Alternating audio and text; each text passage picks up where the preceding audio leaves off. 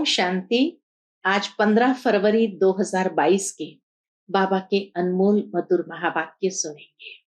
मीठे बच्चे, आत्म रूपी दीपक में योग रूपी दृत डालो तो आत्मा शक्तिशाली हो जाएगी। प्रश्न है, आत्म रूपी बैटरी में पावर भरने का आधार क्या है? उत्तर है, आत्म रूपी बैटरी में पावर भरने के लिए बुद्धि योग का बल चाहिए। बुद्धि योग का बल चाहिए। जब बुद्धि योग बल से सर्वशक्तिमान बाप को याद करेंगे तब बैटरी भरेगी। जब तक बैटरी में पावर नहीं तब तक ज्ञान की धारणा भी नहीं हो सकती। आत्मा में कंप्लीट रोशनी आने में टाइम लगता है। याद करते करते फुल रोशनी आ जाती है। आज की मुरली से पहले गीत बजा है, रात के राही थक मत जाना, सुबह की मंजिल दूर नहीं। ओम शांति। बच्चों ने गीत का अर्थ तो सुना कि तुम बच्चे अब दिन में जाने के लिए पुरुषार्थ कर रहे हो। नई दुनिया में तो रोशनी ही रोशनी है, पुरानी दुनिया में अंधियारा ही अंधियारा है। यह है ब्रह्मा की घोर अंधियारी रात। तुम अभी दिन में जा रहे हो। बाप बच्चों को कहते हैं, यह बुद्धि का योग लगाते लगाते थक नहीं जाना। बुद्धि का योग लगाते लगाते थक नहीं जाना। जितना तुम योग लगाते हो उतना सोजरा होता है। आत्मा रूपी दीपक की ज्योति जो उजाई हुई है वह आती जाती है। उस बिजली में तो फट से करंट आ जाती है, परंतु आत्मा में कंप्लीट रोशनी आने में टाइम लगता है। ये कोई एक सेकंड वाली बात नहीं है। जितना जितना बाबा कहे बुद्धि योग लगाते जाएंगे तो जो आत्मा की ज्योति उजाई हुई है वो जगने लगेगी और कंप्लीट रोशनी आने में टाइम लगता है। अंत तक फुल आ जाएगी। योग लगाते रहना है। मोटर की बैटरी भी सारी रात भरती रहती है, वैसे यह भी मोटर है। इनसे अब दृत खत्म हो गया है अथवा पावर कम हो गई है। बाबा को तो पावरफुल सर्वशक्तिमान कहा जाता है ना। इस बैटरी में सिवाय बुद्धि योग बल के पावर आ नहीं सकती। सर्वशक्तिमान बाप से ही योग लगाने से सारी बैटरी भरती है। जितना योग लगाते जाएंगे सर्वशक्तिमान बाबा से उतनी हमारी बैटरी भरती है। बैटरी भरने के सिवाय नॉलेज भी धारण नहीं हो सकती। पावर होगी तभी तो ज्ञान की धारणा होगी। पावर ही नहीं तो कैसे ज्ञान की धारणा हो। इसीलिए बाबा कहे बैटरी भरेगी तो नॉलेज भी धारण होगी। बैटरी भरने के सिवाय नॉलेज भी धारण नहीं हो सकती। घड़ी घड़ी बाप कहते हैं, मुझे याद करो और वर्षा ले लो। मन मना भव, कितनी सहज बात है। मनुष्य तो राम राम का जाप करते रहते हैं और चाहते हैं राम राज्य हो, परंतु ऐसे राम राम जपने से राम राज्य थोड़ी होगा। कितनी सुंदर बात बाबा ने कही, ऐसे राम राम जपने से राम राज्य थोड़ी होगा। ऐसा राम राम तो जन्म जन्मांतर बहुत करते आए। गंगा के कंठे पर बैठकर कितना राम नाम का जाप जपा होगा। इतनी डायरियां लोगों ने लिख लिख करके भरी होगी। यह तो कोई को पता ही नहीं तो राम राज्य किसको कहा जाता है। जरूर राम ही राम राज्य बनाएंगे, परमात्मा राम ही राम राज्य बनाएंगे। उन्हों की बुद्धि में सीता राम वाला राज्य आ गया है। अब उस राम राज्य में तो राम को ही आराम नहीं था, वो जो रामायण की कथा सुनाते हैं उसमें तो खुद राम को ही आराम नहीं था। राम राजा की ही स्त्री चोरी हो गई तो प्रजा का क्या हाल होगा। यहाँ भी राजाओं की स्त्री कभी थोड़ी चोरी होती है, यह लोग फिर राम सीता के लिए कह देते हैं। ये बड़ी समझने की बातें हैं वास्तव में। अब बाबा इसका भावार्थ बताते। वास्तव में राम तो परमपिता परमात्मा को कहा जाता है। गाते भी है, तुम मात पिता हम बालक तेरे। अब मात पिता कौन सा जिसके लिए ये गाते हैं? एक तो है लौकिक मात पिता, उनकी तो यह महिमा नहीं करेंगे कि तुम मात पिता हम बालक तेरे। हाँ, तो बाबा के लौकिक मात पिता के लिए तो ये महिमा नहीं करेंगे। जरूर दूसरा कोई परम पिता है तो जरूर माता भी होनी चाहिए। तो गायन है पारलौकिक मात पिता का। पूछते हैं हु इज क्रिएटर। कई लोग पूछते हैं भाई रचता कौन है, हु इज क्रिएटर। तो जट कहेंगे गॉड फादर। तो सिद्ध है ना मात पिता है, क्रिएटर है, तो एक तो क्रिएट नहीं कर सकेगा, तो मात पिता चाहिए। इस समय ही दो मात पिता होते हैं। सतयुग में सिर्फ एक ही मात पिता होता है। लौकिक मात पिता होते भी यहां गाते हैं तुम मात पिता हम बालक तेरे। इस समय हम बच्चों को बाप द्वारा सुख घनेरे मिल जाते हैं, फिर एक मात पिता हो जाता है। पारलौकिक मात पिता द्वारा सतयुग की प्रारब्ध में सुख घनेरे मिलते हैं, उस मात पिता का ही गायन है। फिर भी ऐसे बाप को बच्चे याद करना भूल जाते हैं। तुम बच्चों को तो सबको बाप का परिचय देना है कि बाबा आया है। हमेशा शिव बाबा और ब्रह्मा बाबा कहते हैं। प्रजापिता का तो नाम बाला है, शिव बाबा ब्रह्मा बाबा। लौकिक बाबा वह पारलौकिक परम पिता, वह फिर मात पिता कैसे बनते हैं? यह बड़ी गुह्य बातें हैं।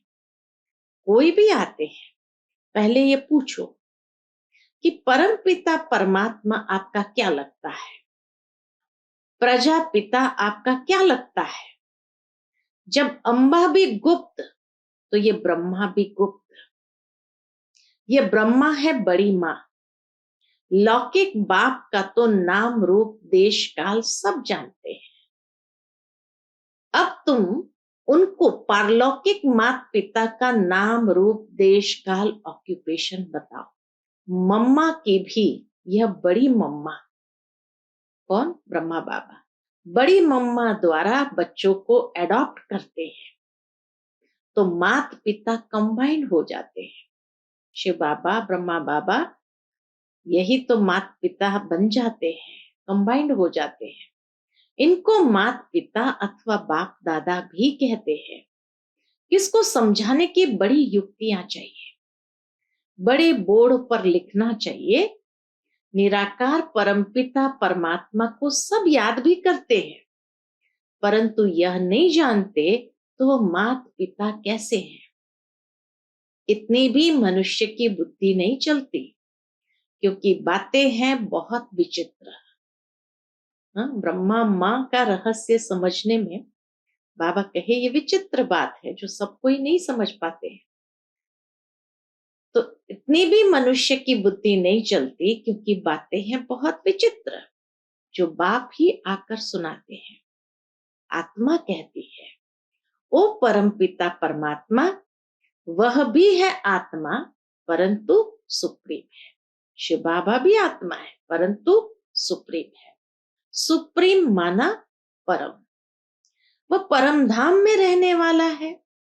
वह खुद तो जन्म मरण में नहीं आते, आकर के हम बच्चों को पतित जन्म मरण से छुड़ाते हैं। पावन जन्म मरण से नहीं छुड़ाते हैं, पतित जन्म मरण के चक्र से छुड़ाते हैं। पतित आत्मा को ही पावन आत्मा बनाते हैं। इसलिए उनको पतित पावन कहा जाता है। मनुष्य तो राम सीता का भी अर्थ नहीं समझते। वास्तव में सब भक्तियां सीताएं हैं, याद करती है एक साजन परमात्मा को। बाप कहते, बच्चे इस समय सारी दुनिया में रावण राज्य है, सिर्फ लंका में नहीं, रावण को जलाते भी यहां है। लंका हिंदुस्तान में नहीं, वह तो बौद्धियों का अलग खंड है। तो इस समय सारी दुनिया रावण के बंधन में है। सारी दुनिया में रावण का राज्य है। आधा कल्प है राम राज्य, आधा कल्प है रावण राज्य। आधा कल्प दिन, आधा कल्प रात। ये सब बातें बुद्धि में रखने की है। इस समय तुम रावण पर विजय पा रहे हो। जो पूरी विजय पाएंगे वही मालिक बनेंगे। स्वर्ग के मालिक भी वही बनेंगे। सतयुग आदि में लक्ष्मी नारायण का राज्य था। उन्होंने ये स्वर्ग की प्रारब्ध कहां से और कैसे पाई? सतयुग में मनुष्य बहुत थोड़े होंगे। 9 लाख की आबादी स्टार्टिंग में दिखाते हैं। तो बाबा कहे सतयुग में मनुष्य बहुत थोड़े होंगे, लाखों की अंदाज में होंगे। बस लाखों के अंदाज में, माना 9 लाख की आरंभ की प्रजा है। जमुना के कंठे पर राजधानी होगी, वहां कोई विकार होता ही नहीं। कहा ही जाता है संपूर्ण निर्विकारी। बच्चे भी योग बल से ही पैदा होते हैं। वहां रोना पिटना कुछ नहीं होता। परंतु पहले यह बातें नहीं निकालनी है। पहले पहले क्या समझाना है? पहले पहले तो बाप का परिचय देना है। बाकी बाबा कहे सतयुग की पैदाइश कैसे होंगी, कैसे नई दुनिया की स्थापना होती है, ये बातें पहले नहीं निकालनी है। पहली बात ही यह उठाओ कि निराकार परमपिता परमात्मा और हम आत्माएं भी परलोक से आते हैं, तो तुम्हारा पारलौकिक परमपिता से क्या संबंध है? नंबर 1 बात है यह। नंबर 1 बात बाबा का परिचय देना, और बातों में उनको भटकाओ नहीं। पहले यह बाप का संबंध निकालो तो मां का और वर्षे का संबंध निकलेगा। एक अलफ को भूलने से ही सब कुछ भूले हैं। रावण ने पहले पहले अलफ से ही भुलाया है। रावण ने क्या किया? सबसे पहले पहले अलफ से ही भुलाया है। फिर अलफ की मदद से हम रावण पर जीत पाते हैं। समझाने की पॉइंट्स तो बहुत है। प्रदर्शनी में मुख्य बात अलफ की समझानी है। अलफ के बाद ही बे ते आता है। फारसी में वोकैबुलरी जो होती है अलफ बे पे टे से, है ना? तो बाबा कहे अलफ के बाद ही बे ते आता है। अलफ को ही नहीं समझा तो कुछ नहीं समझेंगे। कितना भी भल माथा मारो, परम पिता परमात्मा है तो पिता से वर्षा मिलता है। बाबा का वर्षा मिला तो वर्षे के हकदार बन ही जाते हैं। त्रिमूर्ति पर समझाना कितना सहज है। ऊपर में बाप खड़ा है, नीचे लक्ष्मी नारायण वर्षा, यह विष्णु खड़ा है। बाबा कहते हैं मुझे याद करो तो यह वर्षा पाएंगे। बच्चे कहते बाबा आप तो निराकार हो, आप कैसे वर्षा देंगे? तो बाबा क्या कहते हैं? बच्चे मैं इन द्वारा अर्थात इन ब्रह्मा द्वारा देता हूं। जो आए उनको इस बात पर ही समझाओ। मूल बात ही त्रिमूर्ति की है। त्रिमूर्ति ब्रह्मा का तो कोई अर्थ ही नहीं। त्रिमूर्ति ब्रह्मा का तो कोई अर्थ निकलता नहीं। वास्तव में त्रिमूर्ति शिव है। तो बाबा इसलिए कहते मूल बात है त्रिमूर्ति की। त्रिमूर्ति ब्रह्मा का तो कोई अर्थ ही नहीं। समझाना है, यह निराकार शिव बाबा, बाबा के समझाना है, यह निराकार शिव बाबा, उनको ही ज्ञान का सागर कहा जाता है। फिर यह वर्षा, लक्ष्मी नारायण, फिर यह वर्षा। अब बाप तो है निराकार, फिर इन लक्ष्मी नारायण को वर्षा कैसे मिला, कहां से आया? तुम यहां अपने को विष्णु कुमार नहीं कहलाते हो, तुम तो हो कौन? तुम तो हो ही बीके, ब्रह्मा कुमार कुमारियां। ब्रह्मापुरी मनुष्य की ही कही जाती है, जहां खास ब्राह्मण रचते हैं। सिंध में भी ब्रह्मापुरी थी। ये किसने समझाया? तो किसी ने कहा शिव बाबा ने। हमेशा बाप दादा कंबाइन कहना है, कभी बाबा कभी दादा बोलेंगे। इसलिए बाबा देखो कैसे कहते हैं, बाप दादा कंबाइन कहना है, क्योंकि दोनों ही बोल रहे हैं, कभी बाबा बोलते कभी दादा बोलेंगे। दोनों आत्माओं का मुख तो एक ही है ना, जब जिसको चाहे वो यूज करेंगे, बंधन थोड़ी है। तो पहले है यह बात, कौन सी? कि ज्ञान सागर गीता का भगवान बाप है। वह कहते हैं यह ब्रह्मा विष्णु शंकर तो सूक्ष्म वतनवासी है, देवताएं। यह ब्रह्मा तो मनुष्य है, जब संपूर्ण बनेंगे तो देवता कहलाएंगे। यह तपस्या कर फिर देवता बनते हैं। ब्रह्मा बाबा ही तपस्या कर फिर देवता बनते हैं। इन ब्रह्मा कुमार कुमारियों को भगवान सिखलाते हैं ब्रह्मा द्वारा। चित्रों पर अच्छी रीति समझाना है, समझानी बहुत सहज है। ये शिव बाबा, ये वर्षा। शिव बाबा का चित्र दिखाकर कहो ये शिव बाबा, और लक्ष्मी नारायण का चित्र दिखाकर कहो ये वर्षा। ये शिव तो निराकार है, इसलिए ब्रह्मा द्वारा देते हैं, वर्षा देते हैं ब्रह्मा द्वारा। ब्रह्मा द्वारा स्वर्ग की स्थापना। जरूर अभी ही राजयोग सीखते हैं यह बनने के लिए। यह शिवपुरी, यह विष्णुपुरी है। अच्छा, मीठे मीठे सिकिलते बच्चों प्रति माता पिता बाप दादा का याद प्यार और गुड मॉर्निंग। रूहानी बाप की रूहानी बच्चों को नमस्ते। हम सब रूहानी बच्चों की रूहानी माता पिता बाप दादा को याद प्यार, गुड मॉर्निंग और नमस्ते। नमस्ते, शुक्रिया बाबा, शुक्रिया। आज की मुरली से धारणा के लिए मुख्य सार है, पहली पॉइंट, अलफ की याद से रावण माया पर जीत पानी है। सबको अलफ का परिचय देना है। दूसरी पॉइंट, याद की यात्रा में थकना नहीं है। अपनी बैटरी को चार्ज करने के लिए सर्वशक्तिमान बाप को याद करना है।